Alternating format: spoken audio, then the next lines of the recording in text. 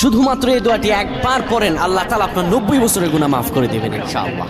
আপনার 90 বছরের গুনাহ মাফ হয়ে যাবে শুধুমাত্র এই দোয়াটি যদি একবার পড়তে পারেন। আপনার ভাগ্য খুলে যাবে, রিজিকে বরকত আসবে, মনের নেক আশা পূরণ হবে, আল্লাহ আপনার সব দোয়া কবুল করে দিবেন। সুবহানাল্লাহি ওয়া বিহামদিহি।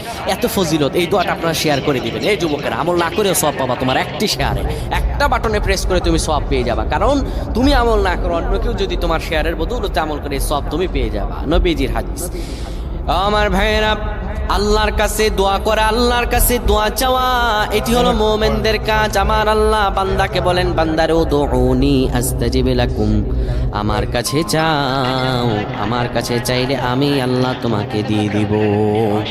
কেউ যদি একবারে দোয়াটি পড়তে পারে, দোয়াটি হলো রব্বি ইন্নী যালামতু নাফসি ফাগফিরলি। কেউ যদি এই দোয়াটা একবার পড়তে পারে, আমার আল্লাহ তাআলা তার 90